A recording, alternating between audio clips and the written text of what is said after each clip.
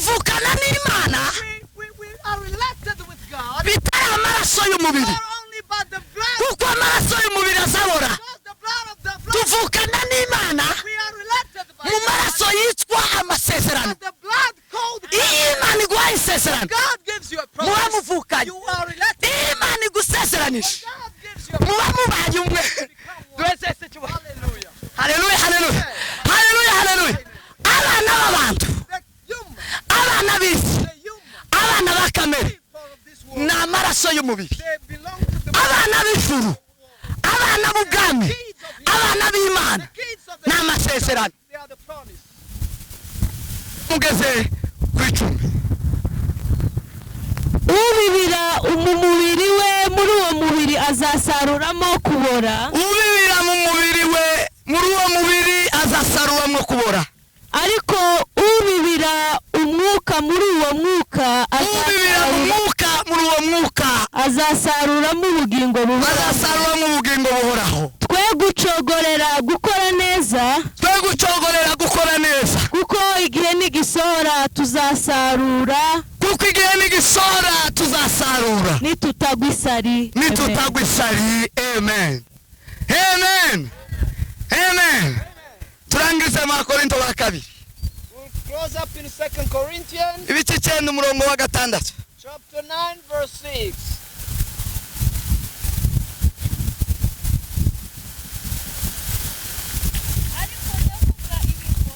ariko ndavuga ibi ngo ubiba nke azasarura bike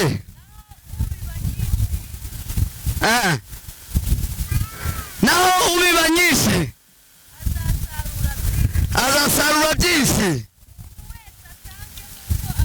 umuntu wese azatanga nk'uko abigambiriye biturutse mu mutima atinuba kandi adahatwa kuko Imana ikunda utanga nezerewe. Amen. mwakira ijambo ry'Imana. The word of God. bashaka kuganira aya magambo nagira ngo tuganire aya magambo. I want us to talk about these words. aya magambo ni amagambo hejuru yo kubiba. These are words about sowing. nababwiye ko kubiba ni ugukora. I said sowing is working. nababwiye ko gusarura ni umunezero. Reaping, I said it is a joy. nababwiye ko umubibyi wabayeho wa mbere ni Imana. I told you that the first sower was God. Imana ni umubibyi. God is the sower. Yesu ni umubibyi. Jesus is the sower. imbuto ni ijambo ry'Imana. The seed is the word of God. zo nizo bari bafite. That's what they were having.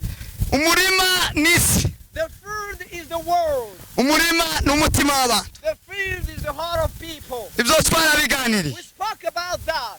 sema amen. Amen. sema amina. Hallelujah. ninga tuganira ibihe bigoye isi biriho Last time we spoke about hard moments in the world, kandi byigeze kubaho which were even before. ntibibayeho none gusa It never started just today. zabayeho mu It bakera. was before even then. ibyo tubona none We see today. byabayeho. It was before. isi irazunguruka The world rotates. ikaguma ikatuzanira ibyabayeho. It brings back what had already happened. tugatekereze ko ari igishya cyabayeho. Never think it's something new. ni icyari cyarabaye. It was before. nugira icyo umenye none If you gotta know something today, ntugatekereze ko ubaye uwa mbere. don't think you are the first one. nta kuvumbura mu yandi magambo There is guhari, no discovery, in other words, ahubwo hariho gusobanukirwa no kumenya ibyabayeho. but there is only understanding. ibiriho none zose ni amateka, What is today, it is history. kubera ko isi izunguruka ituzanira ibyabayeho. Because the world rotates, bringing things. tuganira ibihe Yesu yabayeho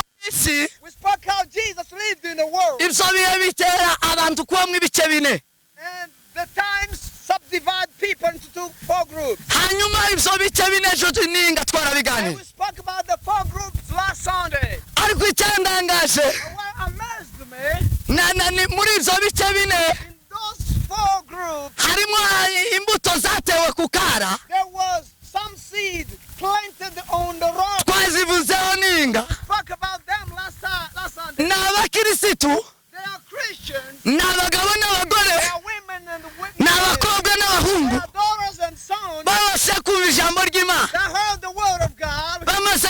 kuryumva after hearing the word, bararinezererwa they were happy about it. bamaze no kurinezererwa Being happy, bigezeho no kuririmba it happened the moment. abandi bararibwirije And some they preached it, abandi ndetse baratanga baratura and some they offered. kubera uburyo bari bakiriye amakuru Depending on how they received uburyo bari bakiriye ijambo ry'Imana on how they received the word of God. ribatera kugira icyo kimwe bakora mu Led buzima them to do something in life. bagira icyo bakora baragikora mu They ikanisa did something in a church. hanyuma rero And after that, kubera ko ari ku kara because it's on a rock, ngo hanyuma ngo bagwigwamo n'amaganya the lamentation and complaining, amaganya the complaining, ni ngo n'ubutunzi n'amaso n'ibihendo by'ubutunzi and the lust of kurarikira ubutunzi kurarikira gutunga lusting after treasures. nizo biza bihindura umutima kuba kara It is what makes a heart a rock. iyo bibiri ivuga ngo izaguye ku kara When the Bible talks about the seed, ni imitima iza yakira amaganya it's a heart that receives lamentation hanyuma ikifuza ubutunzi and desire riches igakorera ubutunzi nk'uwakorera ijuru and covet for riches as for heaven. igashakisha ubutunzi cyane And it is after riches. izo ngizo nizo biza bihindura umutima kuba kara That makes your heart to be a rock. yesu niko yababwiye Jesus said about it. arababwira ngo igituma iyo mbuto itazirema He said that where the seed is not yakiriye ijambo ry'Imana anezerewe to receive the word happily. hanyuma araririmba Then again they sing, arabyina they dance, aratanga they offer, arabwiriza preach. arangije After a while, umuntu aza guhinduka kara a person becomes a rock. umuntu aza guhinduka ku kara A person becomes a rock. kubera iki Why? rya jambo ryageze mu mutima God entered the heart, ariko ryabuze ubutaka but he never found the soil. ryabuze ubutaka kubera iki He never found the compost. kubera amaganya Because of the complaints of mararamiko the lamentations of this world. sema amina Hallelujah. sema amina mararamiko The complaints of this world. amaganya The complaints and lamentations. ijambo riburaho rifata And the word never found the place. riruma And it dried and withered. riragwa And it fell. rirashira And it was finished. irari ryo gushaka amafaranga The last of running after money. irari ryo gushaka ubutunzi The last of running after riches. irari ryo gushaka Canada na Of Australia America, Canada, and Australia. umuririmbyi Monishi yararirimbye Monishi, the singer, said, yigeze guhanurira bene abo bantu he once prophesied about those people. arabwira ngo usiabudu Amerika And he said, don't worship America. musiabudu Amerika Don't worship the United States. muza muririmba Amerika Sing America. urayikenera You want it. ikaziga ijambo ryikumisha ijambo ry'Imana Talks the word of God. ukunda Canada You love Canada. ikazikumisha ijambo And ry'Imana it comes and wither the word of God. ukunda sepeya You love the clothes. ikazikumisha ijambo ry'Imana Comes and wither the word of God. rikuma rigashira And it wither the ukunda umwita w'inyama love the meat and the abanyamerwa agakunda inyama love the soup and the meat. bikumisha ijambo ry'Imana Is the word of God. izo birumisha ijambo ry'Imana That makes the word to be withered. ushyira inda imbere Put the belly before. ikumisha ijambo ry'Imana Makes the word to be withered. ushyira uyu mubiri imbere Put this body before. bikaza bikumisha ijambo ry'Imana It comes and drives the word. waririmbye umunsi waryakiriye You sang the word you received. witereye umunsi waryakiriye The one you received. rikuma And it withered. basuye kureba ujya witereye And they look the person basuye kureba ujya waririmbye one who sang before. bakamubura They don't find him. yaraguye He is fallen. urya wigishije One who prays. yaraguye Fallen. ni gute byagenze What happened exactly? ubutunzi The riches of this world and the lamentations of this world. ubutunzi The riches, amaganya the lamentation. ngo ntawengiraje I say, I have nobody. ngo narabyaye Have I given birth? ngo ndabungira I don't have anybody. urumishije You are withered. urumishije Things are withered in your life. muri abo tubona mu ikanisa se mu bapasiteri Do I live with anybody in the church, pastor? nk'oya ni abapasiteri Are they pastors? bariya ni abapasiteri Are they really pastors? aposo ni umuntu Is apostle a person? tarangerera mu bandi He's never even been in my house. ndarambamagara He's n'umuntu never even called me once. wamubaza ngo sura wowe uzi mu wiwe And you ask him, do you know the house of the apostle? ntafite ibimubwira gutyo And doesn't have anything to tell kubera you ko about. amaganya yabaye menshi Because lamentation has become too much. urumishije And things are withered. urumishije Things are dry. urumishije found. rirumye It's dry. ribuze aho He has rifata no place. ribuze aho rifata He has no place to hold. ribuze aho rifata He has no place to stay. umuntu agashaka gushaka amafaranga A person goes after money akarara adasinziriye and they sleep the night without sleeping. akarara And adasinziriye they spend the night without sleeping. akagenda amasaha 20 24 hours. amasaha 28 24 hours. amasaha 12 12 hours. akagenda bukira They go and it's akarara mu gatondo akagenda bukira and move again. agasubira akagenda bukira Go again. karashaka amafaranga Looking after money. nta mutima n'umwe afite No heart. wo kwamamaza ubwami bw'Imana It's the gospel of God. nta mutima n'umwe afite Not even a thought wo kubwira Yesu wapfuye akazuka about Jesus who ngo died on the abibwire cross. umuntu umwe cyangwa babiri Tell it to one or two people. akagenda iminsi And itanu he goes 5 days. akagenda ukwezi He goes a month. akagenda akagira amahinga And he atatu goes up to 3 weeks. atarabwira umuntu Yesu wabambwe Telling the person about this crucified. uwo muntu yumishije The person is dry. yumye It is dry. yumye He's dry. yumye He is completely Yumye. dry. Dry. yumye Dry. yumye Dry. ngisi bisa biteza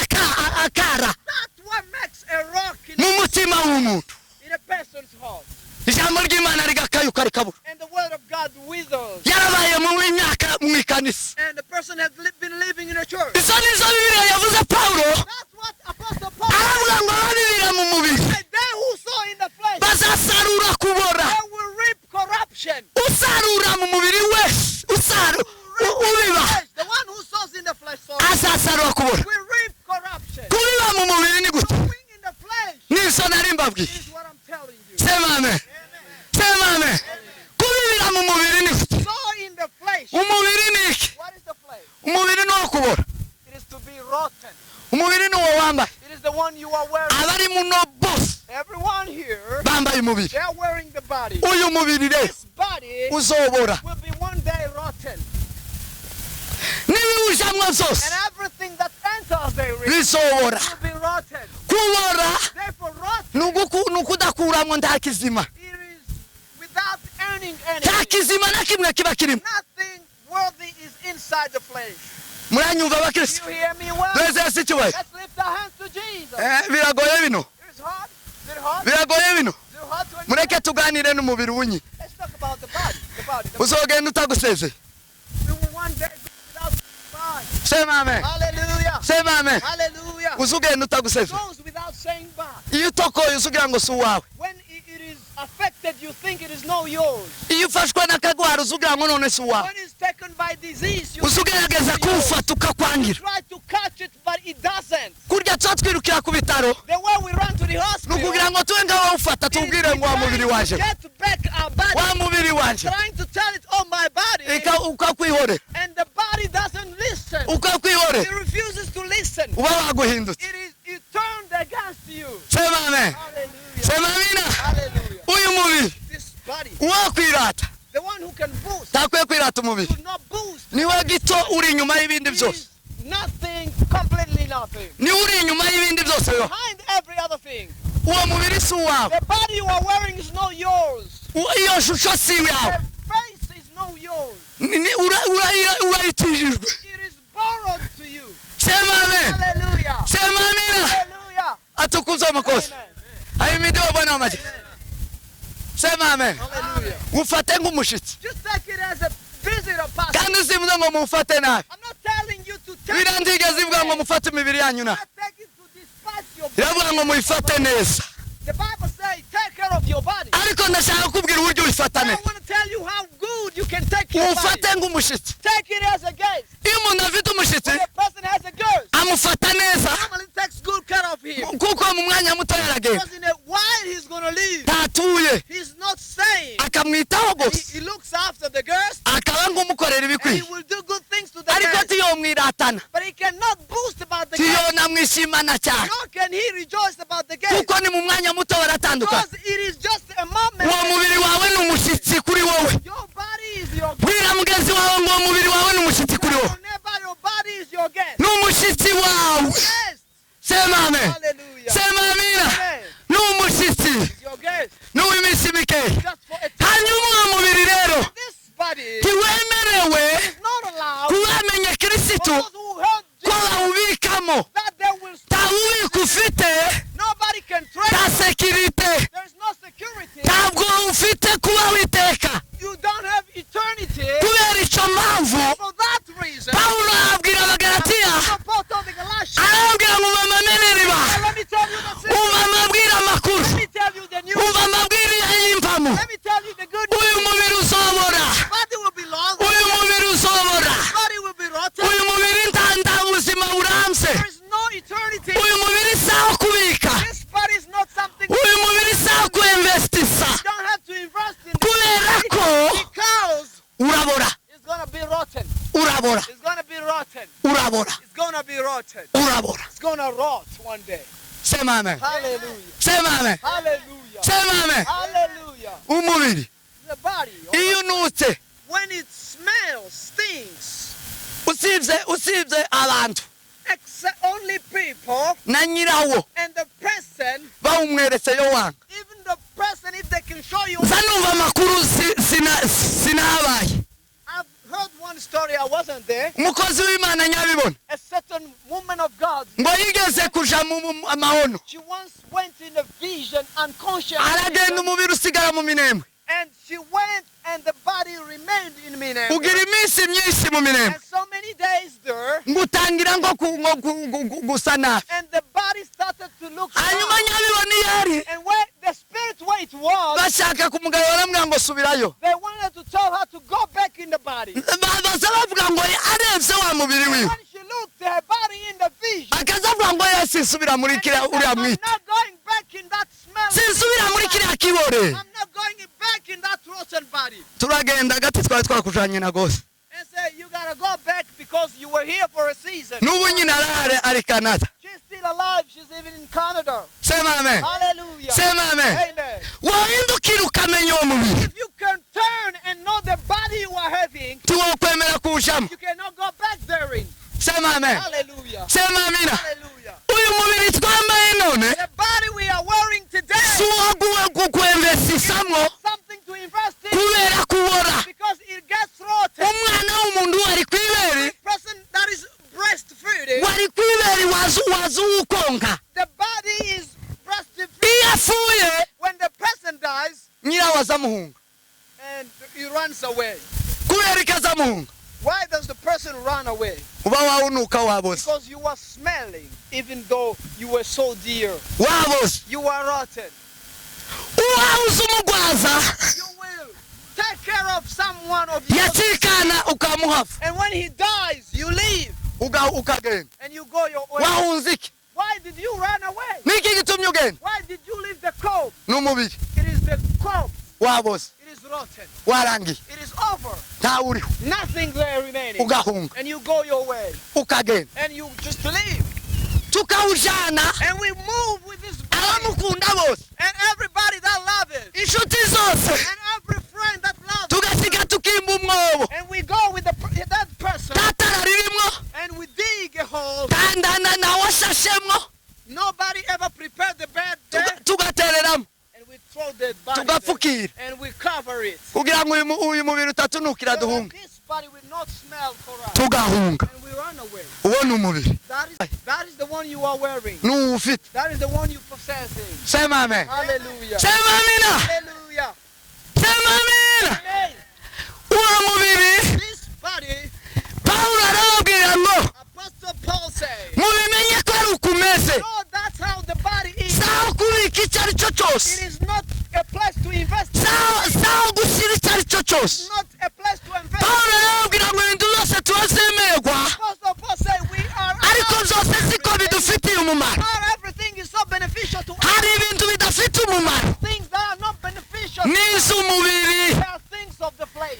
iz'umubiri nta mumaro The things of the flesh, they are not beneficial. sema amen Hallelujah. ijambo ry'imana rikavuga The ngo word of God says, umubiri ntacyo umaze body is of nothing kubera ko udafite kubaho iteka because it's not going to live forever. aravuga ngo umwuka But the spirit niwe ugize icyo umaze is much more vital. kuko ngo uwo mwuka Because the spirit, niwe ufite ubugingo he has life. niwe ufite kubaho He iteka has everlasting. ibindi byose Every else ni kwa muda is temporary. kandi birya bifite muda And things for temporary, izo washyizemo nabyo birabora it's going to get rotten. ikijumba iyo ugishyize ikijumba cyaboze iyo ugishyize mu bijumba bizima When you vegetables, byose birabora all of them gonna get rotten. icyo washyize mu mubiri Whatever you put in your body, ugihebe none just believe it today. ntikizongera kubaho It's not gonna live anymore. kizabora It's gonna get rotten. sema amen Hallelujah. sema amina kizabora It's gonna get rotten. ni gute umuntu abibira mu mubiri How do people sow in the body? umuntu abibira mu mubiri Person sows in the body uburyo bwo kubira mu mubiri no mu mwuka in the way of sowing in the spirit and flesh. nizo cyangwa mbabwire I ndangiza want to talk about kubiba mu mubiri no mu mwuka sowing in the spirit and in the flesh. biratandukanye Totally different. sema amen Hallelujah. sema amen Amen. izo tubiba mu mubiri ni gute tubiba How do we sow in the flesh? uyu mubiri ubora This body that gets uburyo tubiba mu mubiri how we sow in the flesh, ni irari ry'umubiri it is the lust of the flesh n'ibyifuzo by'umubiri and the desires of the flesh. niyo ni amategeko y'umubiri It is the law of the flesh. adahuye n'amategeko y'umwuka It's different with the world. kuko pawulo yaravuze ngo Apostle Paul said, izo mu mubiri wifuza the flesh desire, izo kamere yifuza the flesh desire, ngo n'izo umwuka yanga that's what the spirit has. kandi izo umwuka yifuza And what the spirit wants, izo umwuka ushaka and what the spirit n'izo desires, kamere yanga that's what the flesh is against. n'izo umubiri wanga The flesh is against them. ngo zombi birahabanye It is totally opposite. ntibihuye Can't match kubera ko bidasangira because we can feed at the same table izifuzo the desires. ntibisangira izifuzo Can't share the desires. ntibisangira irari It is not of one desire. ntibisangira ibyo bishaka They don't want the same kind of umubiri rero therefore the flesh. niba ufite icyo ugusaba If it is requesting something wamara ukagikora and then you do it, urabize you have sown. nababwiye ngo gukora I told you that working niko kubiba it is sowing. sema amena Hallelujah. sema amena Hallelujah. kubiba Sowing ni ugukora it is doing. niba umubiri ugusabye The body request. niba umubiri ukwiye wifuje The body desire. niba umubiri urarikiye The body is lasting. warangiza ugashyira mu And bikorwa when you put in action, urabize you have sown a seed. sema amen Hallelujah. urabize Sown a seed. bwana sifiwe sana Praise the Lord. bwana sifiwe bwana sifiwe amen Hallelujah. muracyari hano I used to hear. aba bantu mva muzamura amaboko ndebe You can listen. Lift up your hand. bariya b'inyuma bose bo mu gihuru tiba banyumva bose ko ari bane mumanuke muze hano mwicara Come forward and sit here in front. bariya ko ari bane bari inyuma There are 4 people in the back side. nakoresheje umutihane nsanga mutamwumva muze mwicara Lift up your hand and you did it. mumanuke kabisa n'uriya usigaye ninde w'umweru kumvira biramugora yes sinoshaka ko mwosiga I don't want you to be left behind. yes aba bantu mva mushyira amaboko hejuru duhima Lift up your hands. yes mubona ko mwumvishije yewe ko mwaje mu gihuru kugira ngo I'm going in the booth. hariya nanone ntihari igicucu There's not even a shadow there. sema amen Hallelujah. munumve bakristo Listen me, Christians. sema amen Hallelujah. tubiba mu mubiri So we in the flesh. nukumva umubiri icyo It urarikiye is to hear the desires of the flesh. pawulo yarababwiye ngo Apostle Paul said, uyu mubiri urararikira this body lusts. ufite ibyifuzo byawo He has its own lust. kandi ibyo byifuzo ntibihuye And those lusts are opposite. umubiri ni kamere The flesh is the arandika aravuga ngo irari rya kamere and he said the lust of the flesh, imirimo ya kamere iragaragara the works of the flesh. aravuga ngo ni ubusambanyi It is fornication, ni ububeshi it is lying, ni ubwizi thief, ni ukugambana ni amacakubiri divisions, ni amaganya it is complaining.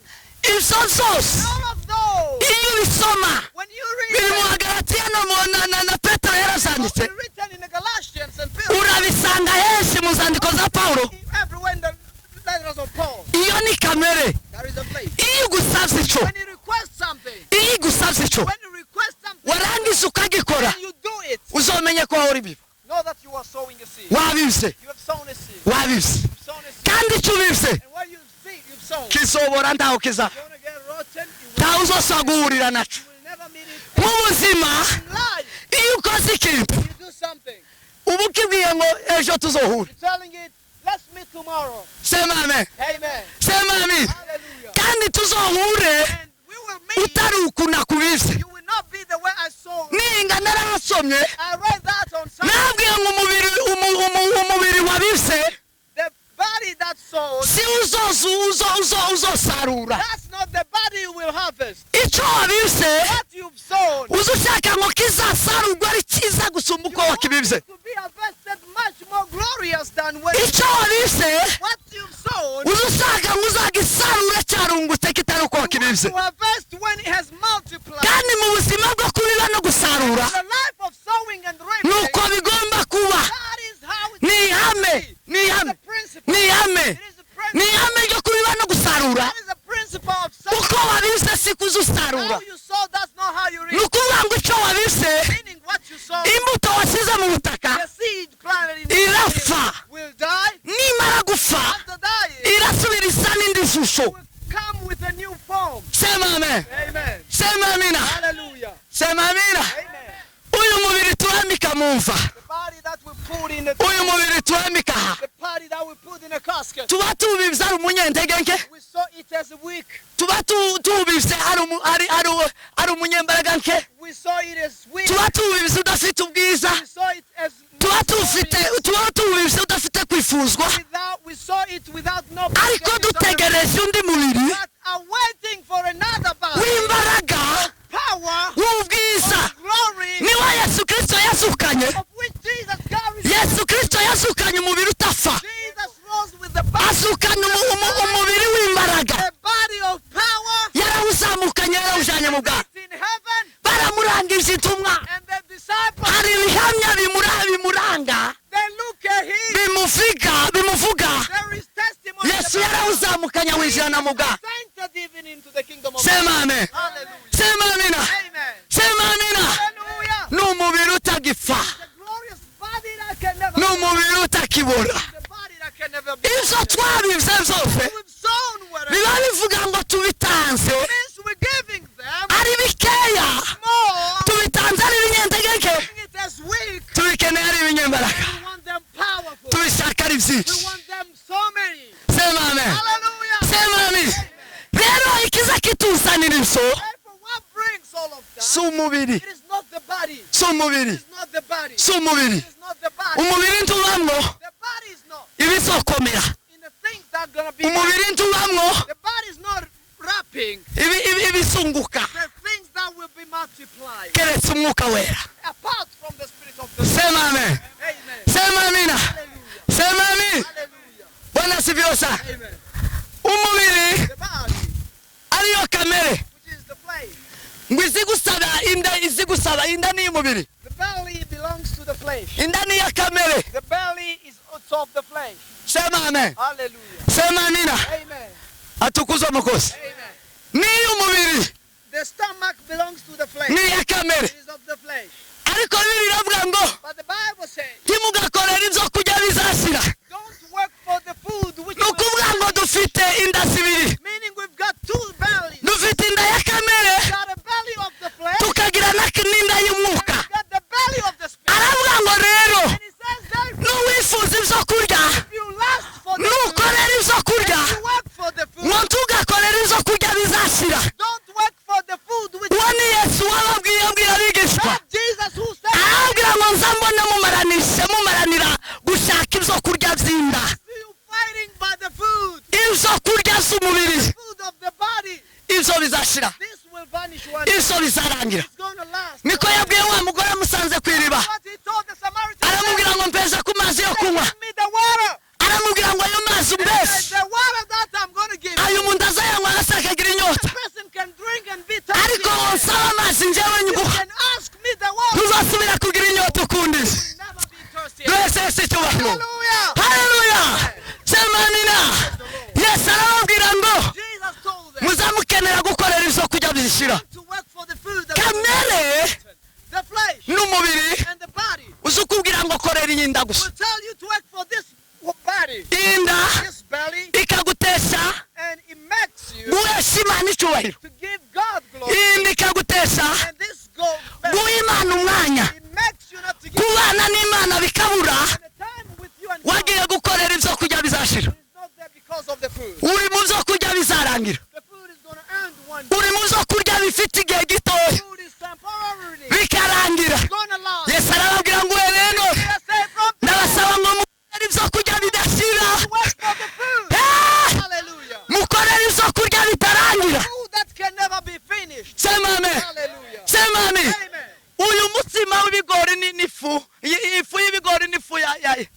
imyumbati the bread from the corn and cassava, whatever, ibijumba byose by'ingozi and all n'indofanya the potatoes, sweet potatoes and normal potatoes, ibitoki byose bibaho and all the bananas, imineke yose all n'ibindi byo kinds of bananas, n'amacapati yose and all chapats, whatever, amabenyi yose and all, I don't know, mandazi, whatever.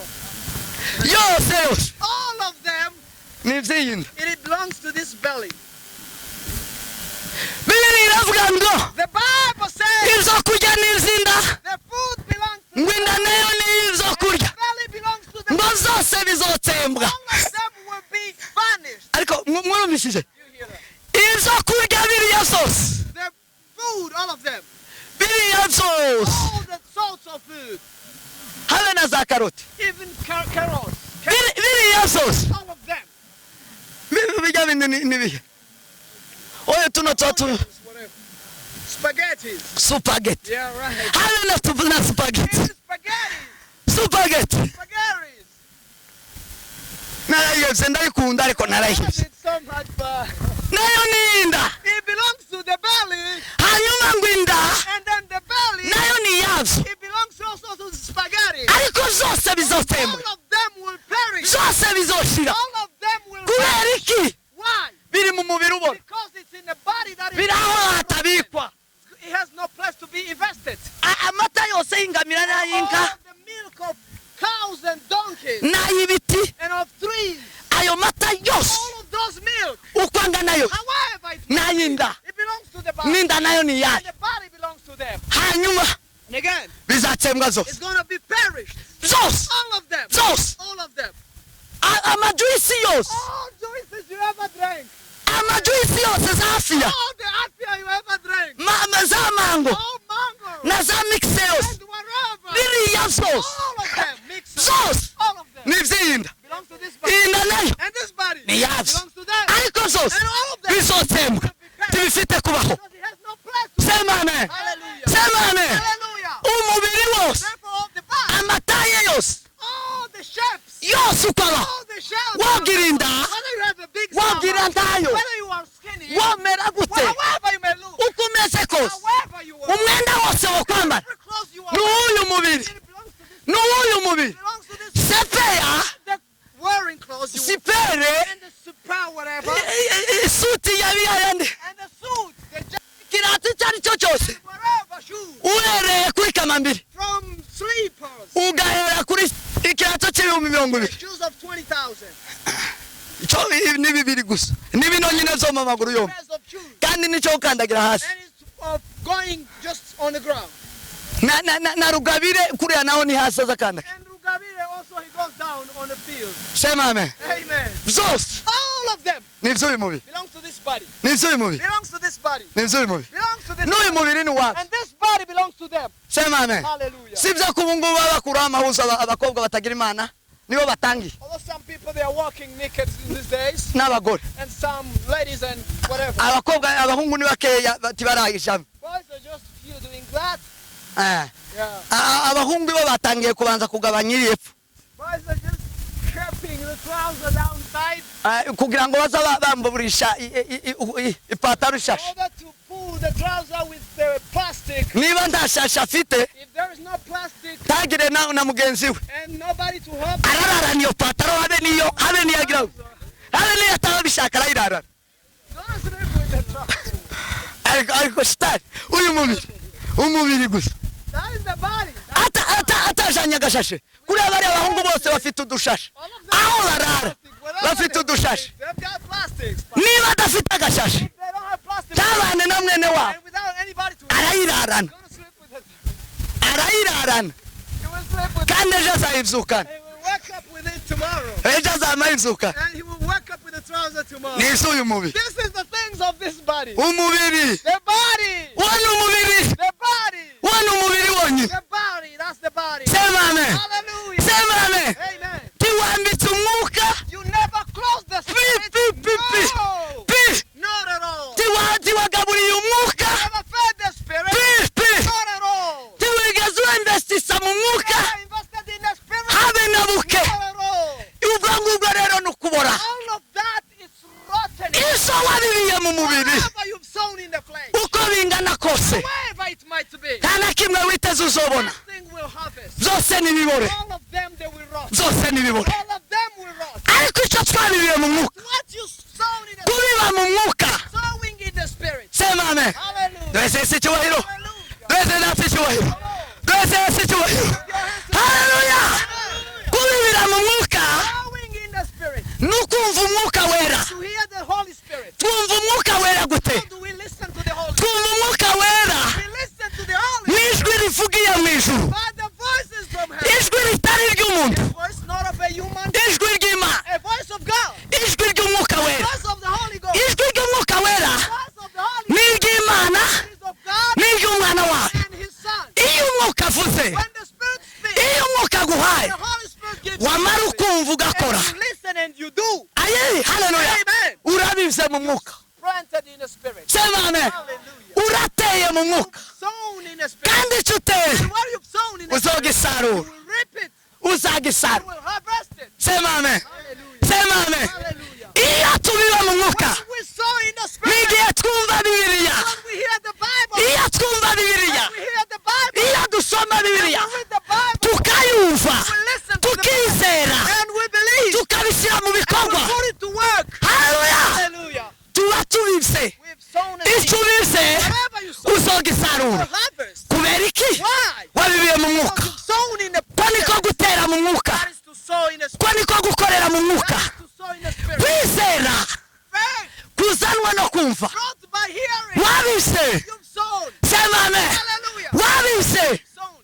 bwana atukuzwe Praise the Lord. twese icyubahiro Lift up your hand. murarambiwe se Are you enjoying? atukuzwe amakosa ahimidiwe bwana w'amajeshi aho ngaho usarura And there you will harvest iby'iteka eternity spirit. nta kibora kibaho Then will rot. sema amen Amen.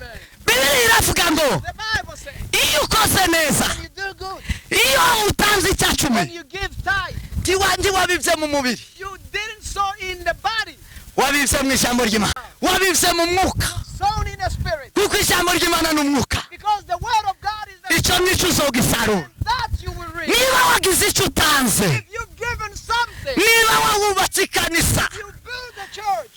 hano ko hariho ababubaka ikanisa Some people are building the church here. imana ibaha umugisha mwinshi Bless you. aho ko murabiba mu You mwuka are planting in the spirit. kubera ko umubiri Because the body tiwokubwira ngo ubaka ikanisa iyo utazajamo to build the church. umubiri The body, uwirozaho it is always selfish. nta mubiri wo kuyobora Nobody can lead you ngo ukuyobore ku wundi muntu and lead you to your friend or brother. oyaye No. oyaye No. umubiri wose iteka Body aho only uzowubonera where you will see it. uzishyiraho It is always time. habe niyo yoba umwana wawe Although it's your king. ntimurabona umubyeyi wima umwana Have you seen a parent eating ntimurabibona the child? uwo ni umubiri That's the flesh. uwo ni umubiri That is the flesh. kamere That's the flesh. umwana yabyaye The child you gave birth to. ninde babwira ngo genda kubaka ikanisa Who can say, go and build the church? tuzohirare tuzosi ibyawe You're never going to sleep in that church.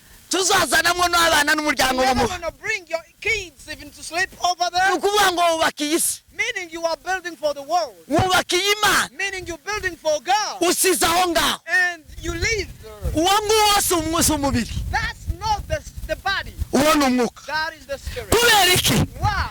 yesu kirisito Jesus. ijambo ry'imana His word. ihishurirwa That niryo ryasanye it brought. umwuka avuganye na dawudi niryo ryasanye kubakira imana dawudi ngo aratekereza And David dawudi ngo aribwira told him aravuga ngo twibera mu mazu that we live in our own house. tuzatuba mu mazu Live in the house. mfite inzu y'ikitabashwa Got a job. ariko inzu y'imana But the house of ntayibaho is not isanduku the covenant. isanduku y'isezerano ndanzigira Ark of the covenant. He ko has mpamvu uwo ni umubiri wamubwira ngo yubakire isanduku Do you think that is the body that told him to build that house? uwo ni umubiri wamubwira ngo niyubakire Do you isanduku think it is the body that told him to do so? sema amen Amen. kubera ko ari umwuka w'imana Because it is the spirit of God.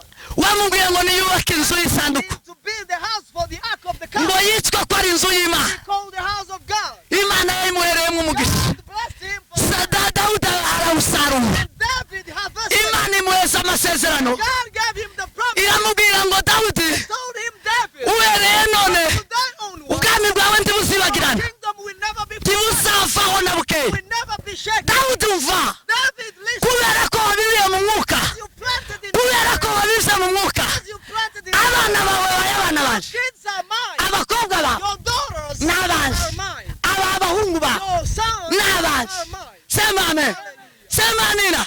Tuvukana n'Imana We are related with God. bitari amaraso y'umubiri, Not only by the blood, kuko amaraso y'umubiri azabora. because the blood of the blood. Tuvukana n'Imana We are related by mu God. maraso yitwa amasezerano. But the blood called Iyo Imana iguhaye isezerano, God gives you a muba promise. muvukanye. You are related. Iyo Imana igusezeranisha, God gives you a muba mubaye umwe.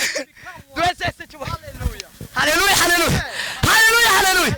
Abana b'abantu, The human, abana b'isi, the human abana ba kamere people of this world, ni amaraso y'umubiri. they belong to the Abana b'ijuru, abana b'ubwami, kids of the abana b'Imana kids of ni the amasezerano. they are the promise. Sinzi uko mwumvise. Are you getting that? Abana b'Imana, The kids of God, abana b'Imana the sons of God and daughters of God. si amaraso. It is not blood. Nicyo gituma tudasa twese, That's why we don't look alike, all of us. ariko turi abana b'Imana. But we all belong to God. Turasasa, Do we look alike? ariko amaraso baza basa. But people of the same blood, they look alike. Amaraso barasa, People of the same blood, they look alike. kubera ko ni abamaraso. They belong to the same blood. Ariko amasezerano But the people of God tidusa, ariko turi abana b'Imana. don't look alike, but we belong to God. Duhese Yesu icyubahiro. Hallelujah. Haleluya. Amen. Tidusa, ariko turi abana b'Imana. Don't look alike, but Umwanditsi aravuga ngo, umwanditsi aravuga ngo, the writer ngo turi abana b'Imana. that we are the children of Ngo niko God. turi. That's who we are.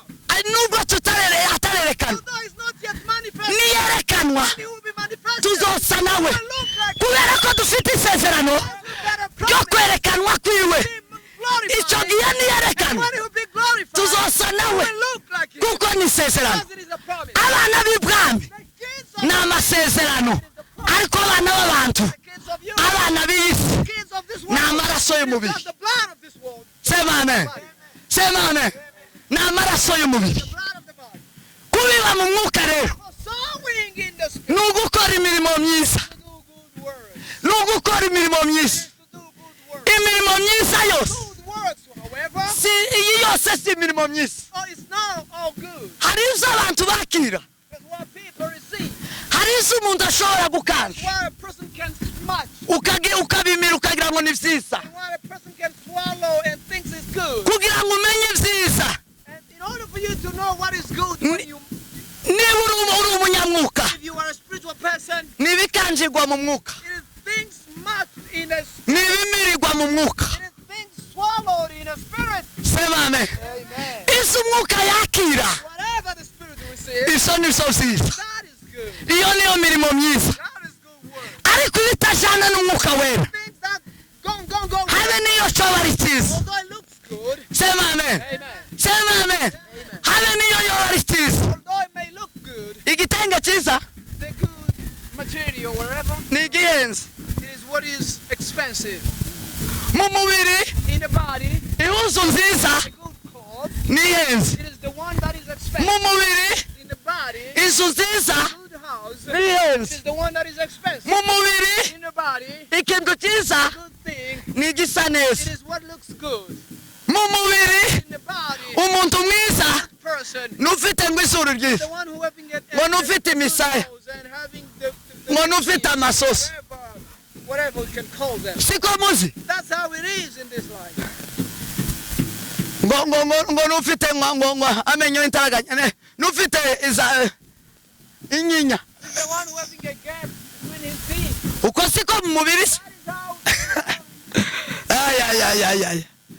Mu mubiri in the body, ibyo tubona ko ari byiza, that we see it is good. siko mu mwuka zose That's not how it is in the spirit. ari byiza. That's not how it is. Ihuzu irashobora kuba ihenze, A clothes can be expensive, ariko yambika umuntu ubusa, but it puts naked. wayambara umuntu ingingo zikagaragara. When you put it on, the body will be. Ndakubwira ko utambaye I neza, want to tell you that's not wearing good. ariko isi irakubwira ngo wambaye The neza. world is telling you that you Mu mwuka ndi wakoze igikorwa cyiza. Spirit, you haven't done something good. Sema amen, Hallelujah. sema amen, Hallelujah. sema nina. Hallelujah. Satani Therefore, afite ibishayaninga, he's having dufite ibifatika n'aya maso y'umubiri that are tangible with this eye. iyi si This world ibikorerwamo byose is done with everything that's ama done here. production ama product yose All ama productions in this world, yose n'ay'iyi si the products of this n'uyu world, mubiri ni uwacu even this body, uyu mubiri uva mu isi body ni ukuvuga ngo icyo baproduije none cyose whatever you produce today, kiraguha umubiri uracyakira the body will receive it. kubera biravukana n'ibyo Because it is related. They belong to the same world. sema amen Hallelujah. sema amen Hallelujah. ariko ibyo byose isi yaremye But everything that is created, ibyo byose isi yakoze everything created by the world, zose umwuka tubyemera the spirit denies them. cyo gituma pawulo yavuze ngo zose turazemererwa ariko byose Apostle Paul siko said, bitugirira umumaro we are allowed, umubiri urazemera ariko kubw'umwuka but by the spirit, turazanga twe we deny them. nubwo bose ukwemerwa mu isi Although they can be accepted in the world, sema amen sema amen hallelujah, ariko twebwe turabyaha but we deny them in the spirit. amen Hallelujah. ubwiza bwo mu isi The glory of this world si bwo bwiza bwose bwo mu ijuru is not the glory of heaven. ubwiza bwo mu ijuru The beauty of the heaven, si bwo bwose bwiza isi ishaka it is not the beauty that this world needs. kuko isi n'umubiri Because the world and the body, bidafite kuzaraga ubwami bwo mu they ijuru don't have to inherit the kingdom of heaven. kurwanya izo mu ijuru They fight against the things of heaven. satani arabishoboye Therefore, is always doing hari that. abantu bazabibwira ngo Some people think ngo yakiriye agakiza ngo tugosohoka kumuvamo they receive salvation and it can lose them. waribeshe That's wrong. waribeshe That's wrong. waribeshe That's wrong. kaza kagenda satani abeshejweho no kugira ngo akunyaga agakiza gusa ntacyo akeneye ku mubiri kuzobora Therefore, want nothing on this body because it's gonna. umubiri wategekewe igihe n'imana data si satani The body has a time destined by God. rero satani ntiyogwanira umubiri wawe Therefore, devil cannot fight your body. satani icyo ashaka What the devil wants, ni ukukunyaga agakiza k'iteka snatch out your ni salvation. ukukunyaga ibyiringiro by'iteka Take out the ni hope ukukunyaga kuzanezerwa kw'iteka to take away. n'ubu nyine arabahiga ku manywa na nijoro Still doing that day and icyo night. gituma ubukirisitu That's why Christianity, burarindwa it is to be protected. edeni irarindwa Satan is to be guarded. nimba edeni satani yarayivogereye Satan entered in Eden. imana yarayigenderera buri munsi And God was moving through and, none wowe urya umuceri and you who is eating rice, umuceri umuceri rice and spaghetti, wowe urya umuceri you who is eating rice. ngo satani ntazaza kukunyaga agakiza yanyaze adamu And you think devil can never snatch out the salvation that nimube maso musenge imana be watchful and pray. sema amen Amen. sema amen agakiza kararindwa Salvation is to be protected. ubwami bw'imana tuba tubugishwamo n'imbaraga The kingdom of God, we enter the agakiza door. kubera uburyo twakarinze However, we protect salvation. tuzokinjizanwamo n'imbaraga We twarindishije will enter there kubera ko twanze kubiba mu mubiri because we refuse to plant it tubiba mu mwuka and plant it in the spirit. imana ibaha umugisha God bless you. hari abatunzi b'isi There are riches hari abatunzi bo mu bwami bwo mu ijuru and riches. hari abatunzi bo mu mwuka There are people who are rich. hari abatunzi bo mu mubiri There are people who are rich in the body. tekereza aho wabize Think where you plant. tekereza aho uri umutunzi Think where you are. niba ari mu mubiri If it's in the body, izo zose birahombye it is gonna be lost. izo zose bizabura Or be rotten. ariko niba ari mu mwuka But if it's in the spirit, umenye ko ubwo butunzi ari ubwawe that riches ubwo butunzi ni ubwawe belongs uzabwimana nawe nabwo iteka ryose into the kingdom mu bwami bwo mu ijuru in the kingdom of heaven. bene data abakozi b'imana And sisters, ijambo ribasiye uyu munsi the word that is coming to you, nimubirire mu mwuka plant in the spirit. mureke kubibira mu mubiri Plant not in the flesh. kandi ubiba byinshi And whoever plants niwe uzasarura byinshi you will harvest. niba umubiri arimo ururimo byinshi If the body is where you plant bounty, ubwo uzasarura kubora you kwinshi will harvest rotten. ariko niba ari mu mwuka biri byinshi It's been harvested in the spirit. uzasarura ubugingo bw'iteka Harvest eternity. mwakire ijambo ry'imana The word of God. mwakire ijambo ry'imana mwakire kubiba Seem to plant. icyo ukora cyose Whatever you do, urabiba you are planted. tuyoborwa n'umubiri You are led by the body, tukayoborwa n'umwuka by the spirit. niba uri umwana w'imana You are the child of ni abayoborwa n'umwuka and led by the kandi niba uri umwana w'isi And if you are the child of this uyoborwa na kamere led by the flesh. biterwa n'umubiri muve hasi rero dusenge Imana ibahe umugisha Yesu abagirire neza